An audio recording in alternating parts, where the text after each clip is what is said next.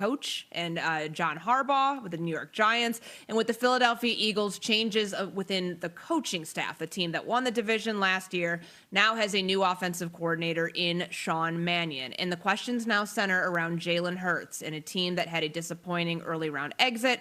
In the wild card round, what will they look like in a couple weeks? Barring with the A.J. Brown trade in mind, what will they look like this year with Jalen Hurts under center? I want to play you the sound from Sean Mannion, the new offensive coordinator, his first stint as an OC in Philadelphia. Here's what he had to say on his impressions of the quarterback he'll be working with this fall. Jalen's been awesome. I really think he can do anything we ask of him. He's accurate. He's a great athlete. He really attacks the fundamentals. He's always coming, wanting more things to work on, wanting more things regarding fundamentals, timing, understanding the scheme. He's hungry for more, and those are the guys that are really fun to work with. So nothing he said there was groundbreaking, Amber. It's this time of the offseason. He's getting used to a quarterback that he's going to be working with this year. He's learning him personality-wise in football and outside of football. But when he's talking about Jalen wants to get better at the fundamentals, he wants to get better at like the small details is what he's referring to. Mm-hmm. I feel like if that doesn't happen this year because of all the things that the small details were off, they were so skewed in 2025 that if that doesn't get better, then they're going to be in a situation come the end of this season wondering whether Jalen Hurts is the guy or not in Philadelphia. We are over a half decade into Jalen Hurts' NFL career, and we're talking about fundamentals. I mean, that's the only thing that strikes me at all about that sound, because otherwise, Myron, what do you expect the new OC to say? This guy's not talented. This guy's not athletic. This guy's not great to work with. Obviously, we're going to hear that he's great in all areas. And here's the reality. The man has won a championship. We know we have seen brilliant moments from Jalen Hurts. We've seen more average moments from Jalen Hurts. We can have a conversation about whether he's regressed or maybe we overrated him in the beginning. Who cares? What we know is that you can win with Jalen Hurts, and that's really all that should matter.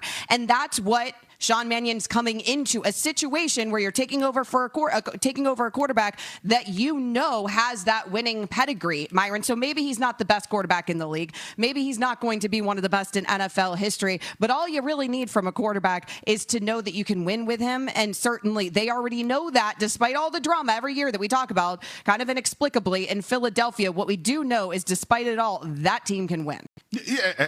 I never know, Amber, what they want from Jalen Hurts. That's always confusing to me. I mean, here he is coming in with a new offensive mindset, strategy, and he has to adjust. And this has been sort of the theme of his entire time and tenure in Philly. He gets his team to the playoffs. They've been competitive. They've won a championship. They've been to another Super Bowl. I don't know why it feels like people believe there's just a higher level to go to beyond Jalen Hurts. Yeah, when you get into the Mahomeses of the world in sort of that tier, that is a different class. But right behind that, Jalen Hurts, I think, is at the top of that list. But it feels like there isn't really a way for him to prove that to a lot of the naysayers around that team. Okay, so if he had 2 rings, and I understand if this was a 5th, we'd all be drunk, right? Like the idea that, we could paint something that's different than reality. If he won 2 rings, would we still be considering him in a class of quarterbacks that are below the upper echelon? Some might call that mid. I think we would be, because he's been a byproduct at times of the system in which he's played in. But you have to think about the fact that he's had different offensive coordinators pretty much every single year, because when teams get good, coaches leave. It happened when they went to the first Super Bowl and then they lose that one to the Kansas City Chiefs. They end up, losing coordinators, both their offensive and defensive coordinators. Shane Steichen leaves. He has to learn a new offense under Brian Johnson. Doesn't go so well the next year. The next year, Kellen Moore helps him build back up into a Super Bowl winning quarterback. Kellen Moore leaves. We saw the drop off. Is this just going to be a thing that he has to deal with, where if he can't master a new offense, and not saying there's going to be wholesale changes in Philadelphia, not saying that the scheme's going to be all that much more difficult than what he's used to, but a first-time OC, a first-time play caller being paired with Jalen Hurts now, where we expect this Eagles team pretty much every year playoffs are a guarantee, or they have to be if people want to keep their jobs. Like, how can we expect that this pairing is automatically going to work when we saw what it looked like last year with a first-time play caller, a first-time person in that role who had been in the offense for years, and how that didn't work out? Why do we expect it to be all that much different, Myron? Well, I mean, we shouldn't. I mean, we should expect that this is a transition for Jalen Hurts. He has not had stability, as you said, at the most important coaching position outside of the head coach for him. He continuously has had to adjust. And here's my thing, Amber. I think Courtney's 100% right. He's a system quarterback. When did being a system quarterback become a bad thing?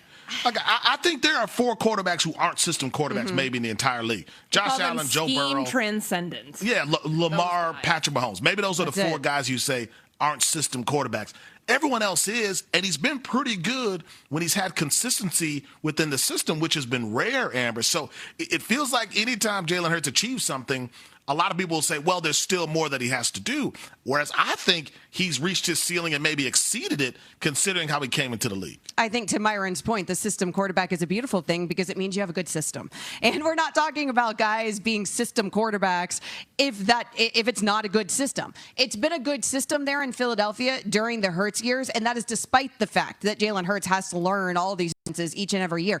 Jalen Hurts, if you go back to college, if you take his collegiate career and his professional career, has played under 11 different offensive coordinators. Now, to that point, that's insane. To that point, though, maybe that's why we expect that this needs to work out of the gate, because this is what Jalen does, right? So we expect, hey, you need to be able to adjust Mannion's system right away, because this is just this is a Tuesday for Jalen Hurts, right? This is every season you go in and you're learning a new playbook, and he's done a pretty darn good job overall. Courtney, to your earlier point, no, I don't think even winning another Super Bowl, it catapults Jalen Hurts into the, Patrick Mahomes conversation. It's not going to put him there. I think we're still going to think of him the same way, which is a good, solid system quarterback who's running a really good system. They're able to win again, and we'll see if they got the right guy. But Jalen Hurts is under contract for another couple years, and that man has a Super Bowl. So really, I would think it would be the OC's job who would be on the line if it doesn't go well. So they can spread the dead cap out over 2 years. Like,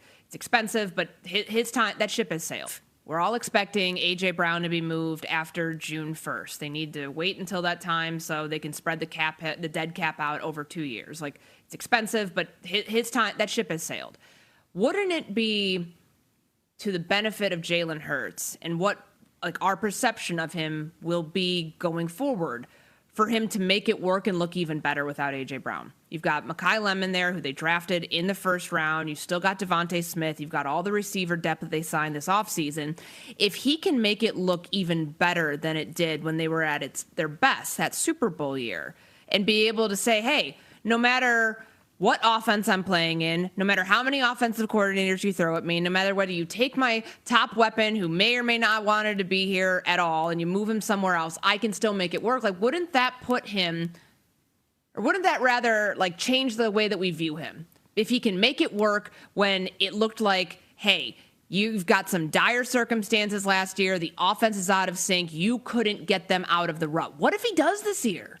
To me, that's the best thing for him, because it changes the perception around him. He needs everything to be perfect. The run game, the offensive line, top receivers around him. If you can function when some of those things aren't there and deal with change and still come out a winner and make your team a winner, then I think the conversation around Jalen Hurts shifts to, no, this guy did succeed despite the circumstances that he's been fighting on a team that expects to win every single year, and doing it routinely. I think it could actually be make or break in a very make year for Jalen Hurts in 2026. We're on Sportsmanlike on ESPN Radio and the ESPN app. 888-SAY-ESPN, 888-729-3776. Paul, Nam, I see your calls on lines. Hang on here. We're going to get you on the other side of this. Who would win? Who would an NBA title mean more for? Shai Gilgeous-Alexander or Victor Wembanyama? We take your calls coming up next here on Sportsmanlike, ESPN Radio and the ESPN app. This is Unsportsmanlike with Canty, Michelle, and Evan. Plain piece